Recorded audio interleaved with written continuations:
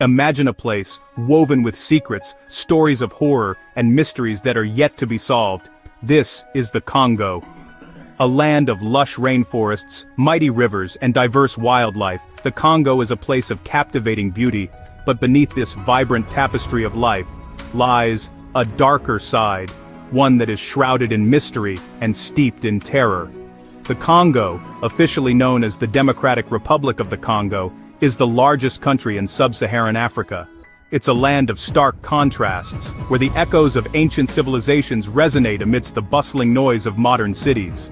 Yet, it's also a place where the line between legend and reality often blurs, giving birth to tales that send shivers down the spine. Historically, the Congo has been a stage for human conflict and exploitation, its rich resources often becoming a curse rather than a blessing. From brutal colonial rule to devastating civil wars, the scars of the past are etched into the very soul of this land. But the horrors of human actions are not the only things that haunt this place. The Congo is a treasure trove of myths and legends, tales of strange creatures lurking in the depths of its forests, of ghostly apparitions that wander its vast landscapes. These stories, passed down through generations, form a rich tapestry of folklore that has become an integral part of the Congo's cultural identity.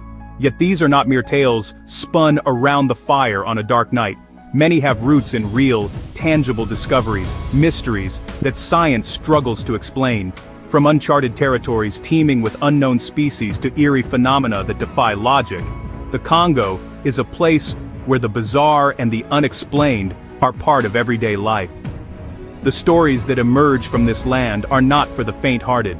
They are tales of terror that have sent shockwaves across the globe, igniting fear and fascination in equal measure.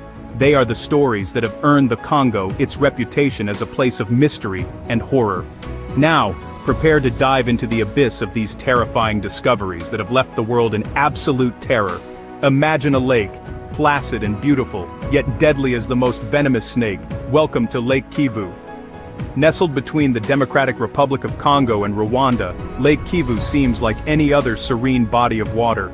However, beneath its tranquil surface lies a deadly secret. The lake's depths are charged with enormous quantities of dissolved methane and carbon dioxide gases.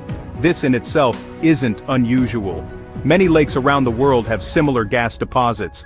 However, what sets Lake Kivu apart is the sheer volume of these gases and the potential catastrophe they represent. It's estimated that there's enough gas trapped in the lake to generate 200 billion kilowatt-hours of electricity. That's equivalent to the entire electricity consumption of the African continent for a year. So, what's the problem? Well, these gases are under immense pressure due to the lake's depth and the water above them. If they were to be released, they could form a deadly cloud capable of suffocating all life within its reach. This isn't just a hypothetical scenario. In 1986, a similar event occurred at Lake Nyos in Cameroon. An eruption of carbon dioxide gas from the lake suffocated over 1,700 people and countless animals. This disaster, known as a limnic eruption, stands as a stark reminder of the deadly potential lurking in the depths of Lake Kivu. Scientists continue to monitor Lake Kivu closely, especially as the region is seismically active. A significant earthquake could trigger a gas release, turning Lake Kivu from a picturesque body of water into a deadly gas chamber in a matter of minutes. The people living around the lake are, unfortunately, all too aware of the danger, yet they have little choice but to continue their lives on the shores of this potentially lethal lake, fishing its waters and using its resources, all the while living with the knowledge that one day, the lake may turn against them. A ticking time bomb, Lake Kivu stands as a terrifying testament to nature's deadly surprises. In the heart of Congo, an invisible monster lurks, terrorizing its inhabitants. Meet the flesh-eating disease. This chilling affliction is no mere myth or legend, it's a horrifying reality, a deadly scourge that's been plaguing the region for years. Known medically as necrotizing fasciitis, this disease is as terrifying as its name suggests. It's a severe bacterial infection that spreads quickly and kills the body's soft tissue.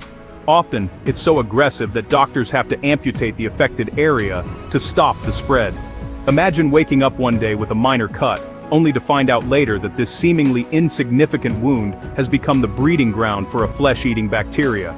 It may start as a minor skin irritation, but in no time, the infection spreads, causing severe pain, fever, and eventually, the destruction of skin, fat, and the tissue covering the muscles. Now, to give you a sense of scale, let's compare this to the well-known Ebola virus. Ebola, with its high fatality rate and gruesome symptoms, has often been the headline of many a global health scare. But this flesh-eating disease is equally, if not more, horrifying. While Ebola affects a person's internal organs, the flesh-eating disease is an external terror, visible to the naked eye. It's a slow, excruciating process where the victim can see their own body being consumed. But there's a stark difference in the attention these two diseases receive. Ebola, being a global threat, has seen massive international efforts for its eradication. On the other hand, the flesh-eating disease, mostly confined to the Congo, often goes unnoticed and untreated, its victims suffering in silence. This grim reality is a reminder of the terrifying secrets that the Congo holds within its heart. It's a testament to the resilience of the people who face such threats every day, living their lives in the shadow of a silent predator. This unseen terror, capable of reducing a man to nothingness, is one of the horrifying realities that Congo faces. The Congo is home to many creatures, but none as deadly as those that strike in silence. Imagine walking through a dense jungle, every step you take echoing through the eerie silence. You'd think perhaps the biggest threats would be the gigantic predators or venomous snakes. But no, the deadliest killers here prefer to lurk in the shadows, unnoticed until it's too late. In the heart of the Congo, you'll find a collection of stealthy assassins that make the infamous wildlife of Australia seem like a walk in the park. These silent killers, you see, don't need size or strength. They rely on their cunning and their ability to blend seamlessly into the environment. Take, for example, the Gaboon viper. This snake, with its beautifully intricate pattern, blends perfectly into the leaf litter.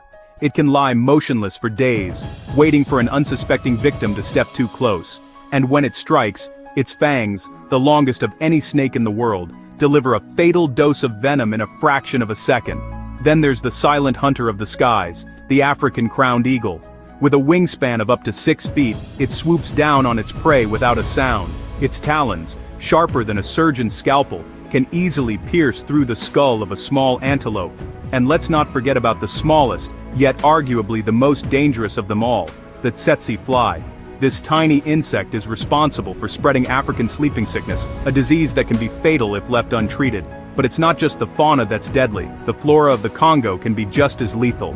The poisonous fruit of the manchineel tree, for instance, can cause severe burns and blindness. In the Congo, the dangers are not just from the seen, but the unseen as well. So, next time you find yourself contemplating a trek through this untamed wilderness, remember, it's not just the big, scary creatures you need to worry about. It's the silent killers that you should truly fear. In the land of riches, the price of wealth is often paid in blood. Welcome to the world of blood diamonds. The Democratic Republic of Congo, a land abundant with natural resources, is paradoxically one of the world's poorest nations. A significant contributor to this paradox is the diamond industry, specifically the illicit trade of blood diamonds. These are not your typical gemstones. They are diamonds mined in war zones, sold to finance armed conflict against governments, leaving a trail of devastation, violence, and human rights abuses in their wake. The situation in Congo echoes the infamous conflict diamond industry in Sierra Leone. Both nations have been scarred by civil war, fueled by the desire to control these valuable resources. Diamonds that should have brought prosperity brought pain instead. They've transformed the landscape into a battleground, where the strong exploit the weak, and where life is often traded for the sparkle of a gemstone. The miners, often children and young adults, are forced to work in deplorable conditions, their lives hanging by a thread as they delve deep into the earth. Their hands, scarred and calloused, are a testament to the harsh reality that these gems are not born from the earth's womb in a cradle of love, but rather ripped from it in a violent act of greed. The journey of a blood diamond is stained with the tears of the exploited, the cries of the oppressed, and the blood of the innocent. These diamonds, symbols of love and commitment in many cultures, are ironically the harbingers of hate and violence in the regions from which they originate. And so, the next time you gaze at a diamond's brilliance, remember the unspoken stories it might carry. Remember the hands that might have bled to bring it to the surface. Remember the lives that might have been shattered just like the diamond's rough exterior. While diamonds are a girl's best friend, these precious stones carry a horrifying tale of terror and bloodshed.